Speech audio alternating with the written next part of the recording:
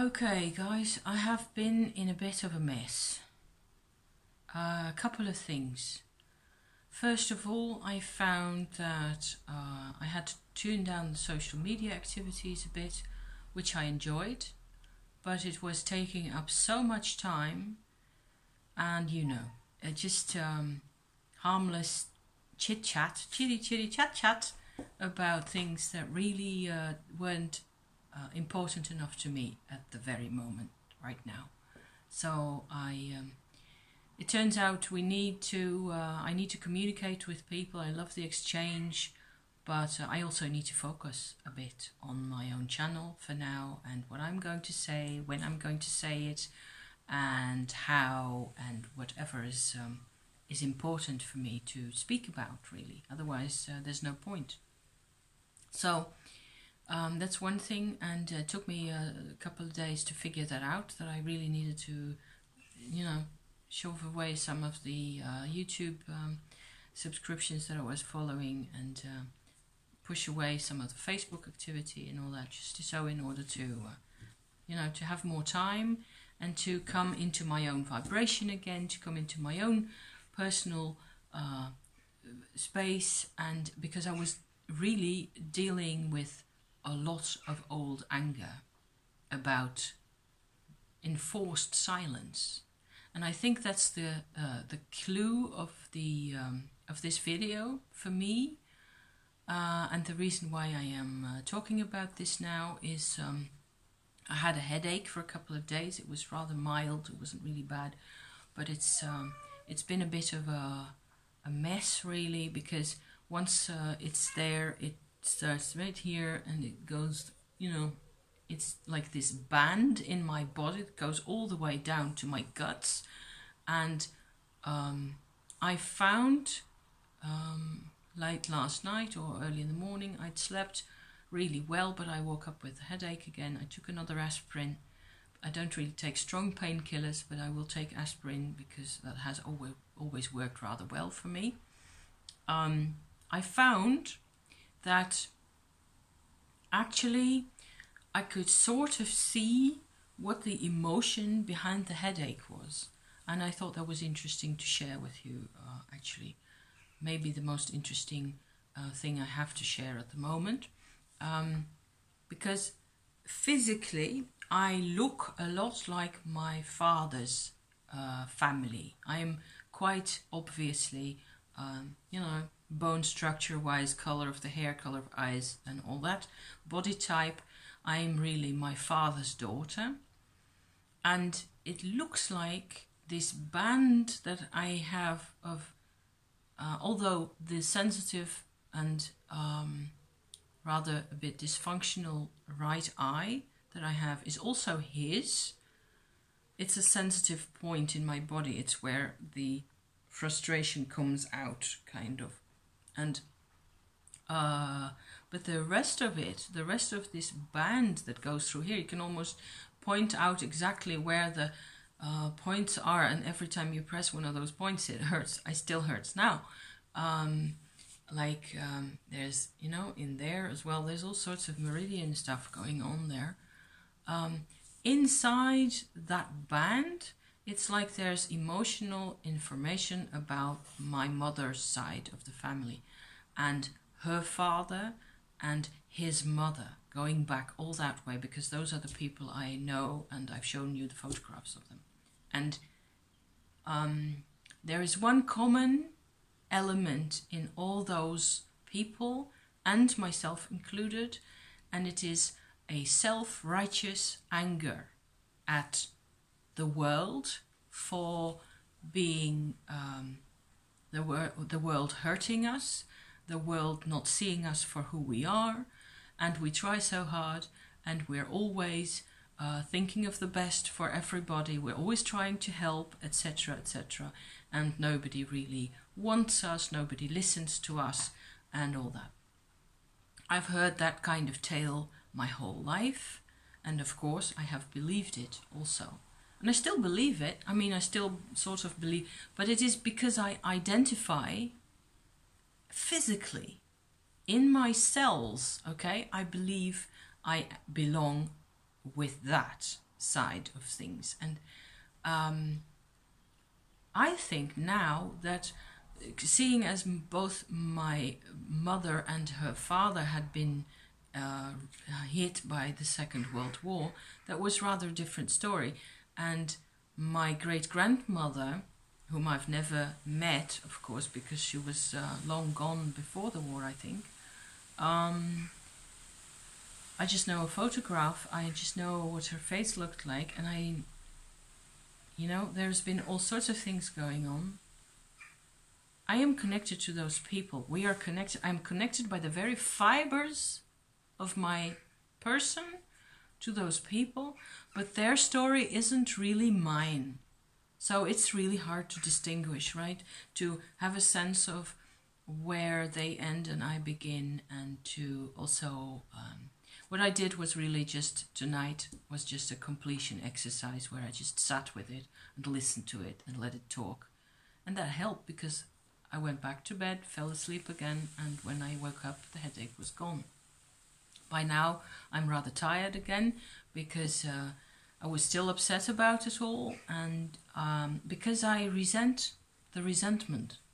How does that make sense? We are so silly, you guys. Yes, I resent the resentment. I really do. I think it's such a bloody waste of time. But we can't help ourselves, can we? Especially when things are hidden behind, behind the dolmen at the back of the woods inside our very bottom, and there's no light and nobody ever comes there with a torch to see, hey, what the hell is going on back here? And then your body at some point just throws up, a sciatica or what have you.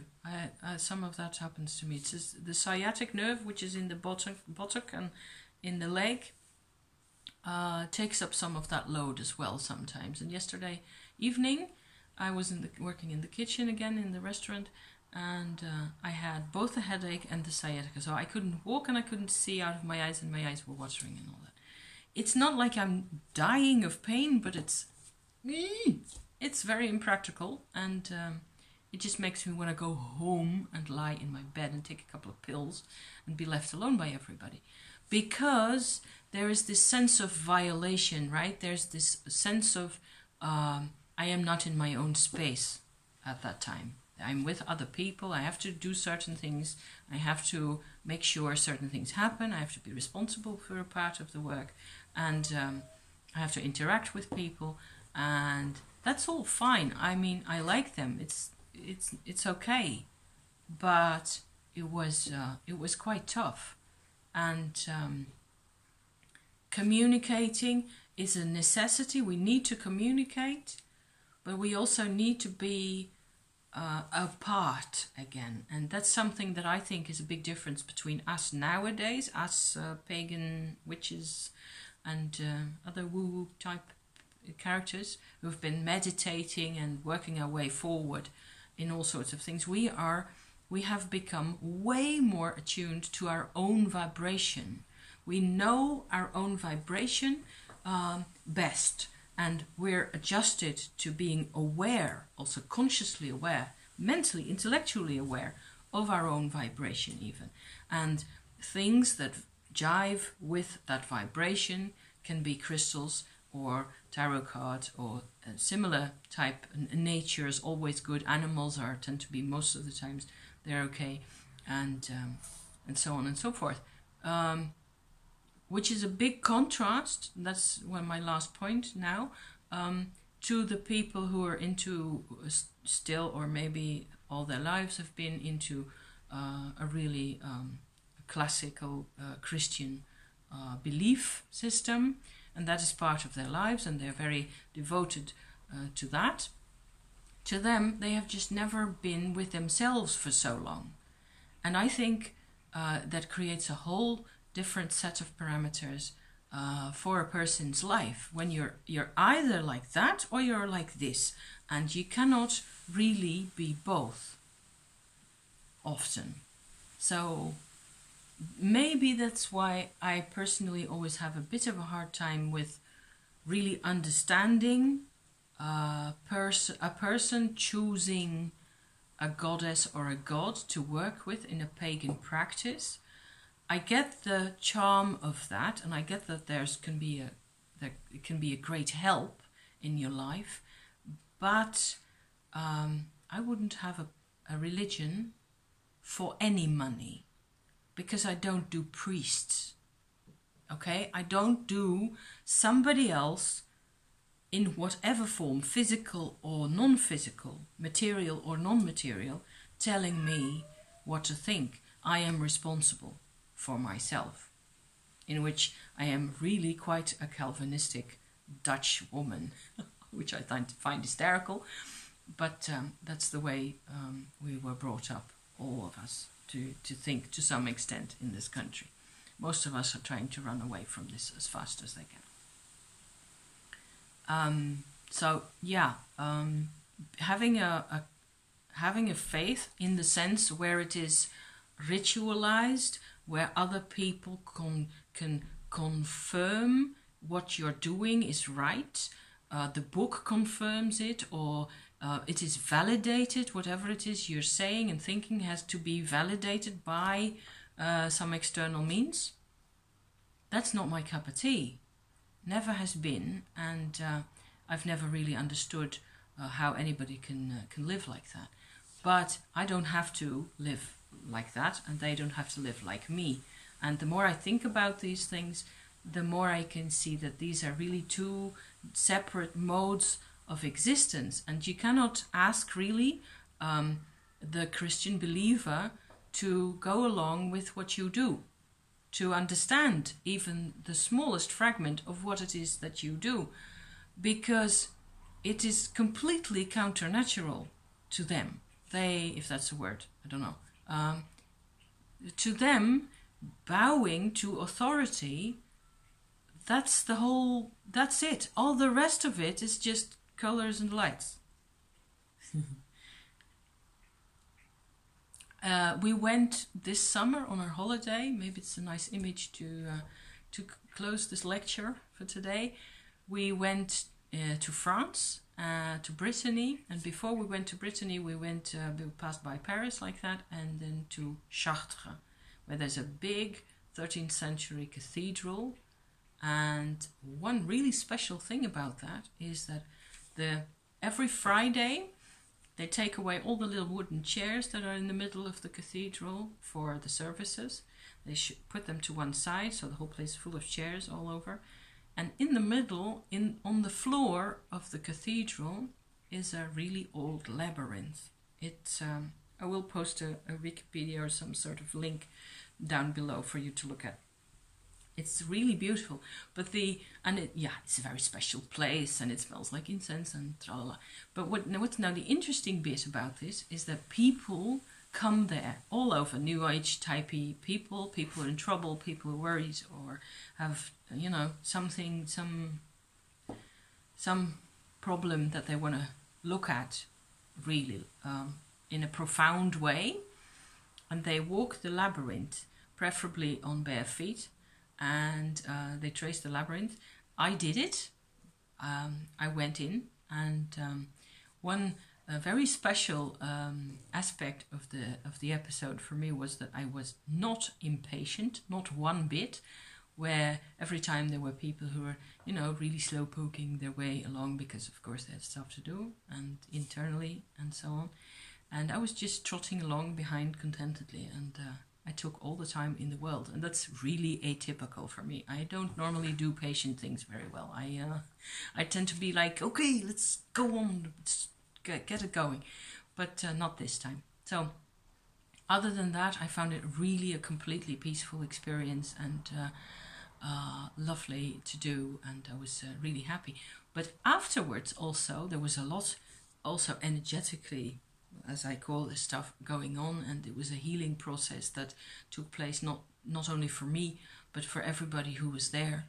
And I found it fascinating afterwards, and I still find it fascinating, that we were engaging, all 20 odd people of us who were in the labyrinth at the same time in those 3/4 of an hour that I did it, okay? and a whole bunch of people surrounding us, watching and standing there or waiting their turn, or maybe they had already done some of it or whatever. We were doing an actual working, functional healing ritual together. That doesn't happen in the world with so many strangers ever. So I was like, wow, this is extraordinary. And I was, afterwards, I felt like it would have been such a brilliant idea to just bring a whole big bucket of white sage and smoke the place out, because, oh my goodness me, there was so much drab, grey, miserable, gritty grey stuff floating around. And so the whole place could do with a bucket of sage, really. But I was stunned how we never do this. And I suppose that if you have experienced Christianity in a way that is remotely similar, like saying prayers together or doing a rosary together, some such type thing, or even lighting a couple of candles together with people, and there's a great stress, isn't there, in Christian faith on experiencing these type of things together. That will bind people together in that, and they will believe it's the best thing that ever happened to them, if that's their context, if that is the way that it works for them, if that is the way they feel about it. But if you haven't felt it that way or experienced it that way, you have there's no taste, no flavor, no fragrance, nothing in there for you. So why would you even bother? And that's what I found great in Chartres, is that we did it ourselves. There was no priest, there was nobody telling us what to do or what to think. We could just do this for ourselves. And on that note, I will wish you a very happy weekend, and I'll probably be seeing you all on Monday again. Thank you so much for being here. Bye bye for now.